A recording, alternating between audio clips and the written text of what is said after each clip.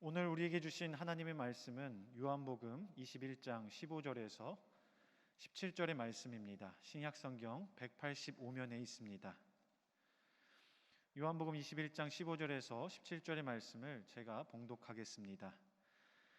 그들이 조밥 먹은 후에 예수께서 시몬 베드로에게 이르시되 요한의 아들 시몬아, 내가 이 사람들보다 나를 더 사랑하느냐 하시니 이르되 주님, 그러하나이다. 내가 주님을 사랑하는 줄 주님께서 아시나이다. 이르시되 내 양을 먹이라 하시고 또 두 번째 이르시되 요한의 아들 시몬아, 내가 나를 사랑하느냐 하시니 이르되 주님, 그러하나이다. 내가 주님을 사랑하는 줄 주님께서 아시나이다.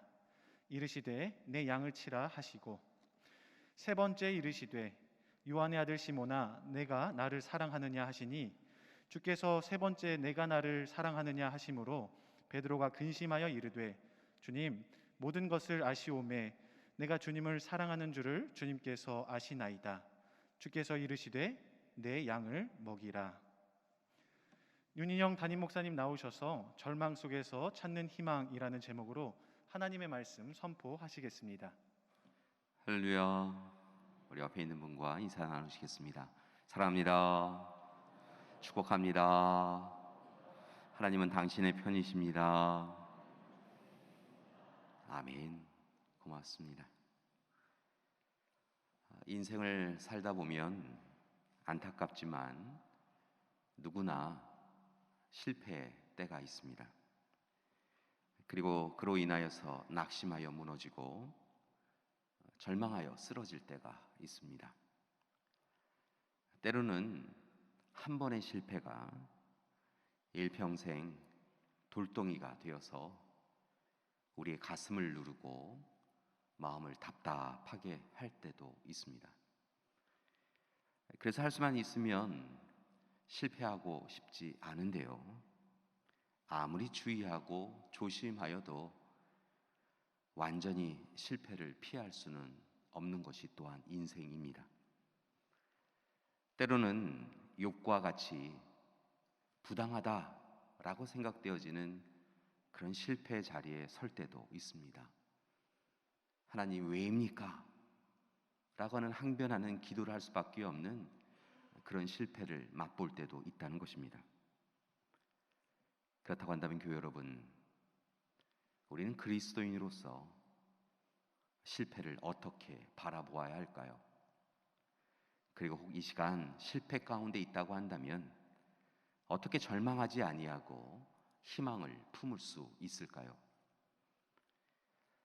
유대인들은 성경의 지혜서를 통하여 우리에게 지혜를 주고 있는데요, 그것은 바로 현재와 미래의 삶에서 혹 희망을 볼 수 없다고 한다면 이제 과거의 삶을 돌이켜서 살펴보고 하나님께서 베푸신 사랑을 기억하고 희망을 품으라 라고 권면하고 있는 것을 봅니다.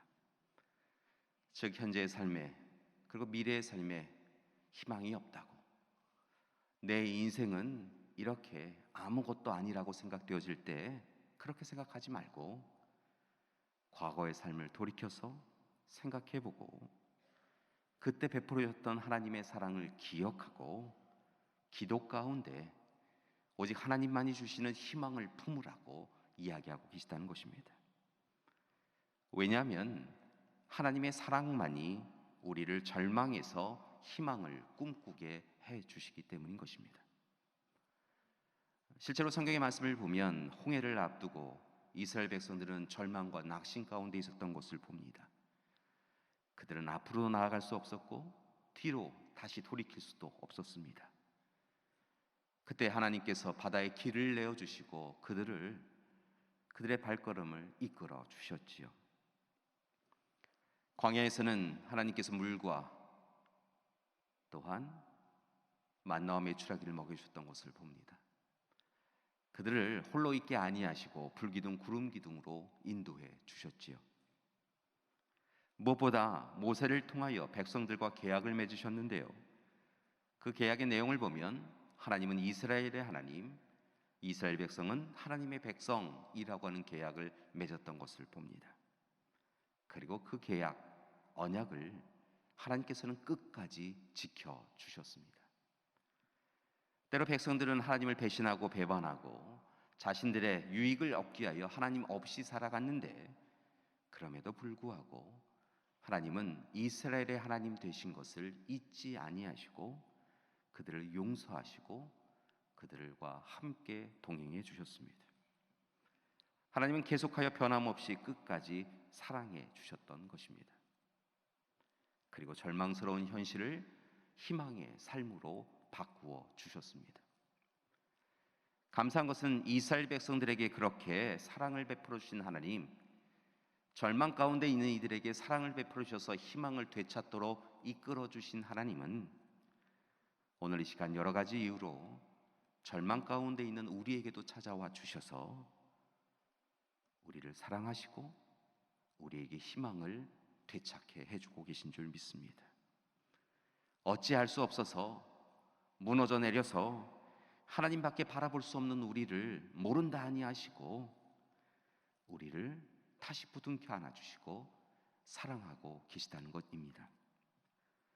따라서 혹 이 시간 지난 한 주간의 삶 가운데 힘겨운 현실과 미래로 절망한 분이 계시다고 한다면 여러분 너무 무너지지 마시고 오직 하나님의 사랑에 의지하여 다시 희망을 품으시는 여러분이 되기를 소망합니다. 여러분, 분명한 것은 하나님께서 지난날 곤고한 삶을 살았던 우리를 외면하지 아니하시고 무너졌던 우리의 삶에 찾아오셔서 손을 내밀어 주셔서 일으켜 세워 주셨던 것처럼 오늘 이 시간에도 어떤 어려움일지라도 우리를 홀로 두지 아니하시고 내가 너를 사랑한다, 너는 내 것이다, 나는 너를 끝까지 지켜주겠다 말씀하여 주시고 일으켜 세워 주실 줄 믿습니다. 그리고 우리의 삶을 복된 삶으로 변화시켜 주실 줄 믿습니다. 다만 이를 위하여 부탁드릴 것이 있습니다. 그것은 우리에게 절망 가운데 희망을 주시는 하나님이심을 고백하며 그 하나님의 사랑을 누리기 위하여 우리 또한 힘써서 지금 여기에서 하나님을 사랑하는 우리가 되길 소망합니다. 입술로만이 아니라 진심으로 전력을 다하여 하나님을 사랑해야 한다는 것입니다. 우리를 사랑하시는 하나님 앞에 날마다 감사하며 하나님을 향한 첫사랑을 회복하고 이제는 마음과 목숨과 뜻과 힘을 다하여서 하나님을 사랑합니다 라고 고백할 수 있어야 될 줄 믿습니다. 오늘 말씀은 절망 가운데에서 희망을 찾게 하시는 예수님의 사랑에 대한 기록을 담고 있습니다. 오늘 말씀을 보니까 예루살렘에서 예수님의 부활을 목격하였던 7명의 제자가 갑자기 디베랴 호수 갈릴리 호수에 가 있었다라고 성경은 증거합니다. 안타까운 것은 그들이 예수님이 맡기신 사역을 감당하기 위하여서 천사들을 통하여 전하여진 대로 예수님을 만나기 위하여서 갈릴리로 나아갔던 것이 아니라는 것입니다. 오히려 예수님이 죽임을 당하실 때, 예수님께서 고난을 당하실 때 그곳에 함께 하지 못하였던 이들이 도망자, 패배자가 된 그들의 인생을 두려워하고 부끄러워하여서 그들이 부활하신 예수님을 보았음에도 불구하고 도망하여서 예수님을 만나기 전에 삶으로 돌이켜 갈릴리 호수로, 디베랴 호수로 나아갔던 것을 봅니다. 사역을 감당하기 위해서가 아니라 그들은 단지 도망자로서, 부끄러운 자로서, 패배자로서 예전 그들의 삶의 현장으로 돌아갔다는 것입니다. 그런 그들을 위하여 예수님이 찾아오십니다. 그들은 실패자로서 절망에 빠져 있는데요, 그들 스스로가 용납이 되지 않아서 갈릴리 호수로, 디베랴 호수로 가서 그냥 예전 삶대로 살아가고 있는데요, 예수님은 그들을 포기할 수 없으셔서 다시 디베랴 호수로 찾아오셨다는 것입니다. 그리고 역시나 그날 밤에도 물고기 한 마리조차 낚지 못하는 실패자의 인생, 패배자의 인생을 살아가는 그들을 향하여 예수님은 말씀하십니다. 그물을 배 오른편에 던지라. 그리하면 잡으리라. 마치 오래전 예수님께서 제자들을 부를 때 깊은 곳에 가서 그물을 던지라라고 이야기하셨던 것처럼 오늘은 역시나 실패하고 있는 그 제자들을 안타깝게 여기시고 배 오른편에 그물을 내리라고, 그러면 너희가 물고기를 낚을 것이다라고 말씀하고 계신 것이지요. 놀라운 것은 제자들이 아직 예수님이 예수님이신지 알지 못하고 낯선 사람으로 여겼던 그의 이야기에 순종하였더니 그물을 틀 수 없을 정도로 물고기를 많이 낚게 됩니다. 그리고 그들에게 일어난 이 낯선 일로 인하여 제자들이 다시 한번 고개를 들어 낯선 사람을 바라보는데요, 먼저 요한이 예수님을 알아봅니다. 그리고 주님이시다 라고 이야기하고 베드로에게 전하였더니 베드로는 다시 겉옷을 입고 물로 뛰어들어 다른 제자들에 앞서서 예수님에게로 달려옵니다. 그리고 제자들도 그들의 배를 움직여서 예수님께로 나아오지요. 그렇게 예루살렘을 떠났던 제자들이 다시 예수님을 만납니다. 예수님은 자신에게 다가오는 베드로부터 시작하여 한 사람 한 사람 7명의 제자를 부둥켜 안아주시고 따스하게 토닥여 주셨습니다. 이어지는 말씀을 보니까 예수님은 그들의 육의 배고픔 갈급함을 알고 계셨기에 어디서 준비하셨는지는 알지 못하지만 미리 준비하신 생선과 떡을 잘 준비하셔서 그들에게 아침 식사로 내어주십니다. 이리 와라, 같이 밥 먹자 라고 이야기하시며 생선과 떡을 내어주셨다는 것이지요. 제자들은 머뭇거릴 수밖에 없었습니다. 반가웠지만 또한 한편으로는 죄송함과 부끄러움이 있었기 때문이지요. 그렇게 그들은 디베랴 호수에서 예수님이 주시는 떡과 생선을 간신히 받아서 먹기 시작합니다. 그렇게 먹으면서 이 디베랴 호수 근처에서 있었던 오병이어 사건을 기억하지요. 한 작은 소년이 내어놓았던 오병이어를 통하여서 많은 이들이 함께 식사를 나누며 기뻐했던 그 시간을 기억하게 됩니다. 때는 다르지만 예수님께서 마지막 만찬을 나누시며 이것은 내 몸이다, 내 피다 라고 이야기하시며 기억하고 기념하라 하셨던 마지막 만찬을, 그 자리에 그 사랑을 기억합니다. 그리고 공생의 사역 내내 주님의 고난받으심과 죽으심과 부활하심을 통하여 베푸셨던 그 사랑을 그들 마음 깊은 곳에서 확인받습니다. 그렇게 그들이 아침 식사를 나누는 동안 예수님께서 갑자기 오늘 말씀을 보면 베드로에게 당혹스러운 질문을 하십니다. 요한의 아들 시몬아, 내가 나를 사랑하느냐? 실은 베드로를 향한 질문이었지만 그 자리에 있는 다른 제자들에게도 한 질문이었을 거라 생각이 듭니다. 오늘 이 질문을 보니까 베드로야 라고 부르신 것도 아니고 요한의 아들 시몬아 라고 부르시며 네가 날 사랑하느냐 라고 물으십니다. 여러분, 이 질문을 듣고 베드로가 얼마나 아팠을까요? 그가 실패하고 좌절할 수밖에 없었던 지난 삶을 생각하며 그가 얼마나 아팠을까요? 얼마나 부끄러웠을까요? 그는 이전에 주님을 향하여 고백하였던 적이 있었습니다. 주는 그리스도시요 살아계신 하나님의 아들이십니다. 이 놀라운 고백이 예수님께 기쁨이 되었고 예수님은 그를 통하여 교회를 세워가겠다고, 그의 믿음의 고백 위에 교회를 세워가겠다라고 약속해 주셨습니다. 베드로는 예수님께 분명하게 약속하였던 또 다른 약속도 있었습니다. 예수님이 혹 고난의 현장에 있게 되어지면 모든 사람이 주님을 모른다 하며 버릴지라도 나는 결코 버리지 않겠습니다 라고 이야기했던 적도 있었습니다. 그렇게 장담하였던 적이 있었습니다. 그러나 정작 자신의 이 인생은 예수님을 구주로 고백하였음에도 불구하고 도망하였고, 이후에는 예수님을 3번씩이나 나는 그를 모른다 맹세하고 저주하며 부인하였던 인생을 살았습니다. 그렇게 예수님께서 네가 날 사랑하느냐?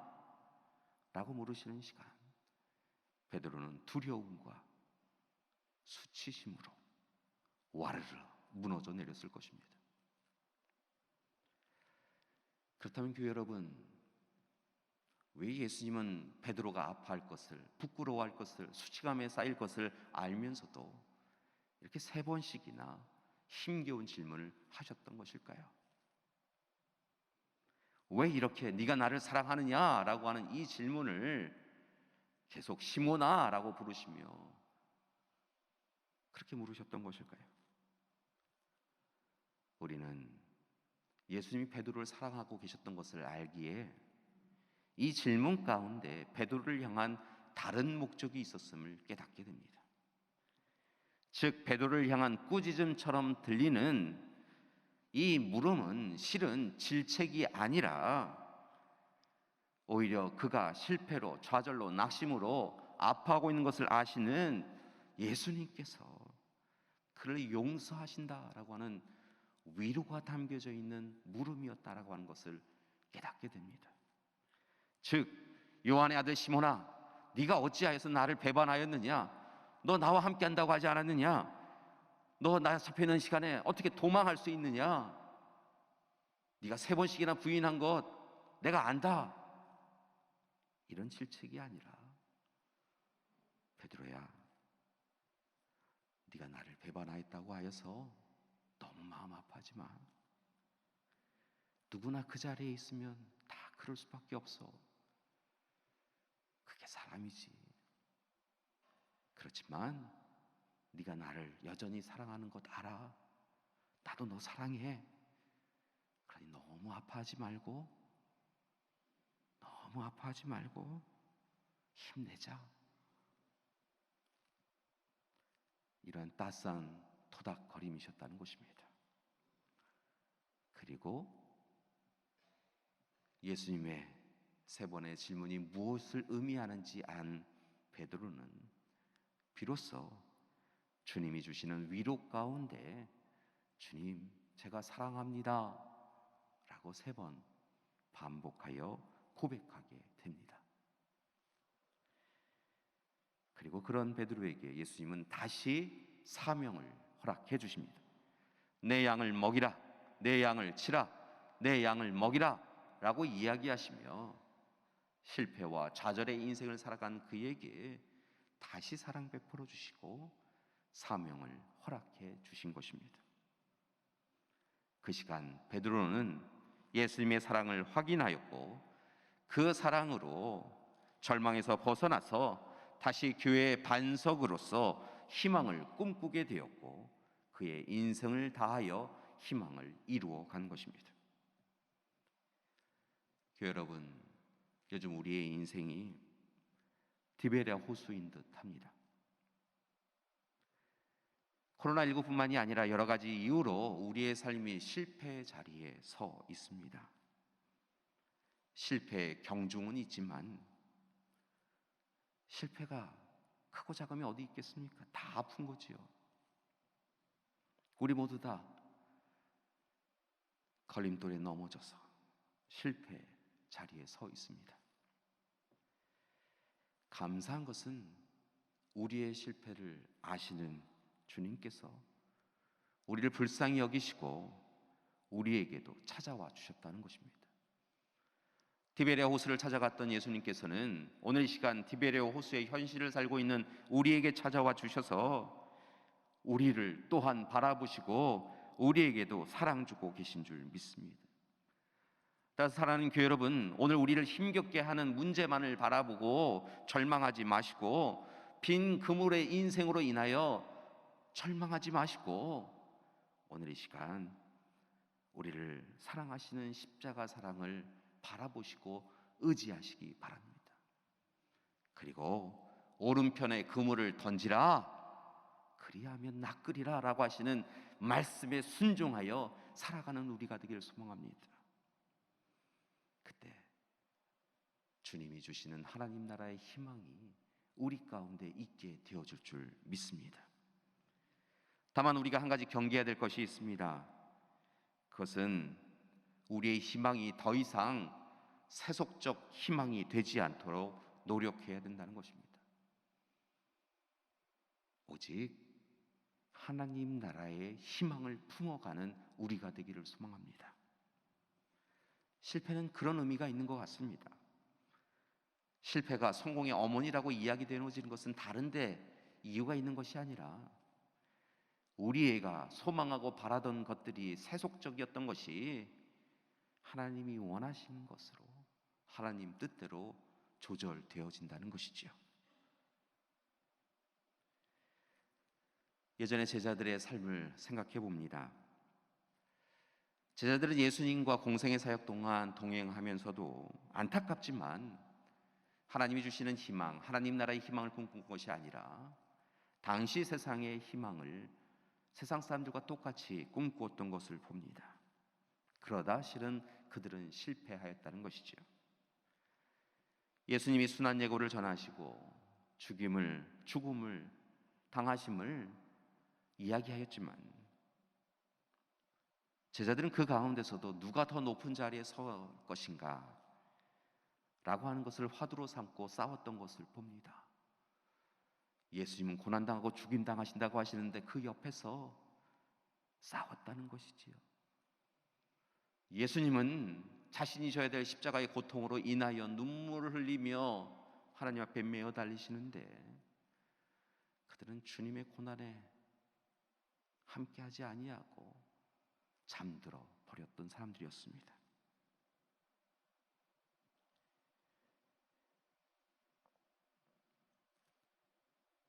그렇게 그들은 주님이 어떠하신지는 상관하지 아니하고 자신들이 얻을 세상의 권력과 명예와 물질만을 위하여 이야기했던 사람들인 것이지요. 그래서 그들은 실패하였습니다. 자신들의 뜻과는 달리 무기력하게 예수님이 잡히시고 죽임을 당하시는 그 순간에 그들은 자신들이 생각하였던 실패로 인하여 좌절하였던 것이지요. 그리하여 갈릴리 호수로 갔던 것입니다. 다시 빈 구물의 인생이 된 그들의 인생, 그렇게 디베리아 호수로 갔던 것입니다. 그런데 그런 그들을 위하여 예수님은 찾아오셨고 그들 다시 여전히 계속하여 사랑한다 말씀하여 주셨고 하나님 나라의 위로와 회복을 선포하여 주셨던 것입니다. 그런 점에서 오늘 이 시간 제자들이 잡은 물고기의 숫자가 153마리, 153마리라고 하는 것은 참으로 의미가 있습니다. 결론부터 말씀을 드리면 153이라고 하는 숫자는 예수 그리스도의 제자 공동체, 교회의 공동체가 회복되어져서 완전해진다라고 하는 것을 의미하고 있습니다. 물론 그들의 이전의 삶을 들여다보면 그들은 온전해질 수 없습니다. 그럼에도 불구하고 그들의 실패로 인하여 절망한 이들에게 찾아오셔서 예수님이 베푸신 사랑으로, 오직 예수님이 베푸신 사랑으로 그들은 희망을 되찾고 다시 온전해졌다라고 주님은 이야기하고 계시다는 것입니다. 오늘 말씀해 보면 요한복음의 저자인 요한은 이스라엘 사람들이 전통적으로 완전 숫자라고 할 수 있는 7과 10을 더하여서 더 완전한 숫자인 17을 만든 것을 봅니다. 그리고 1에서 17까지의 숫자를 하나하나 더하여서 그래서 최고의 완전함을 보여주는 숫자를 만들었는데요. 그것이 바로 153입니다.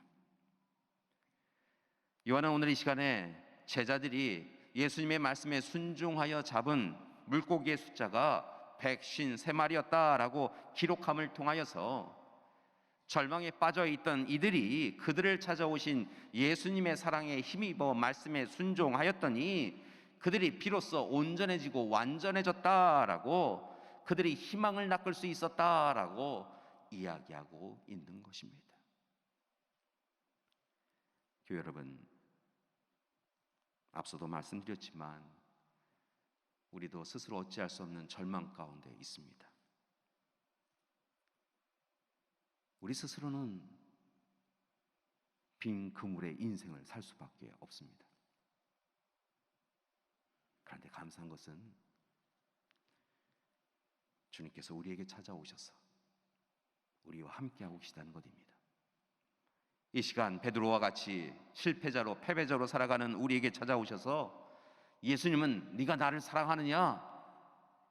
정확하게 말씀을 드리면 내가 아직도 너를 사랑해. 내가 너를 잊지 않았어. 내가 너와 함께하고 있어. 말씀하고 계시다는 것입니다. 그래서 오늘 이 시간 네가 나를 사랑하느냐 물으시는 주님께 마음을 다하여 힘을 다하여 전심으로 제가 예수님을 사랑합니다 라고 고백할 수 있는 우리가 되기를 소망합니다. 전심으로 고백하기를 원합니다. 그때 예수님께서 우리의 손을 꽉 붙잡아 주시고 우리의 다리를 일으켜 세워주시고 실패의 삶에서 우리를 건져주실 줄 믿습니다. 다 잘 될 거야. 염려 마. 힘내. 조금만 더 힘내자. 말씀하여 주시며 우리를 일으켜 세워주실 줄 믿습니다. 사랑하는 교회 여러분, 예수님께서는 우리를 사랑하셔서 자신의 생명을 십자가에 내어주시기까지 하셨습니다. 그리고 그 사랑을 지금 이 시간에도 베풀어주고 계신 줄 믿습니다. 따라서 우리를 사랑하시는 주님 앞에서 우리도 주님의 사랑을 고백하고 주님의 사랑을 희망으로 삼아서 절망을 넉넉히 이기며 살아가는 우리가 되기를 소망합니다. 절망의 어둠이 사라질 것입니다. 희망의 빛이 다가오고 있는 줄 믿습니다. 주님이 우리를 사랑하고 계심을 고백하고 우리도 주님을 사랑하면 절망의 땅에 희망의 새싹이 자라나게 되어줄 줄 믿습니다. 여전히 죽임이 행해지고 미움과 시기가 일반화되고 전쟁과 테러가 일상화되어 있는 이 세상이 주님 사랑으로 생명의 역사를 다시 이루어가는, 함께 일치와 화해를 이루어가는 세상이 곧 이루어지게 되어질 줄 믿습니다. 사랑하는 여러분, 다시 한번 전합니다. 주님의 사랑이 있는 곳이 바로 희망이 시작되는 곳입니다. 우리가 주님을 향한 사랑을 고백할 때 절망 가운데서도, 어떤 절망 가운데서도 주님은 우리를 위한, 우리를 향한 희망이 시작되도록 이끌어 주실 줄 믿습니다. 따라서 이 시간 절망의 밤, 빈 그물의 인생을 살아가는 분이 계실지라도 우리를 향하신 주님의 사랑을 꽉 붙잡으시고 그 사랑에 감사하며 우리의 믿음을 고백하시고 주님의 사랑을 누리고 나누며 살아가는 여러분이 되기를 소망합니다. 사랑하는 여러분, 절망할 이유가 많을지라도 주님의 사랑이 우리와 함께하고 계심을 바라보며 희망을 품어가는 여러분이 되기를 소망합니다. 주님의 사랑으로 절망에서 희망을 찾아가는 우리 믿음의 가족들 되시기를 간절히 기도드립니다. 함께 기도하시겠습니다. 주님, 오늘 우리는 절망 가운데 있습니다. 빈 그물의 인생을 살아가고 있습니다. 돌아보면 우리가 헛되고 악한 것을 찾느라고 주님을 외면하였기에 우리의 실패는 당연한 것입니다.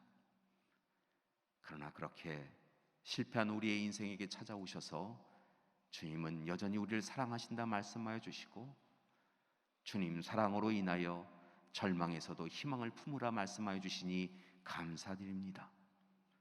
주님, 우리 또한 주님의 향한 사랑을 고백할 수 있도록 이끌어 주시옵시고 주님 말씀에 순종하여 주님의 사랑으로 살아가는 우리 되게 하여 주시옵소서. 하나님, 지난 한 주간 힘든 시간을 보내었던 우리 믿음의 가족이 있습니까? 하나님, 다가오는 한 주간은 우리 믿음의 가족들이 주님 사랑 의지하여서 절망 가운데서도 희망을 이루어가는 한 주간 될 수 있도록 도와주시옵소서. 예수님의 이름으로 기도드립니다. 아멘.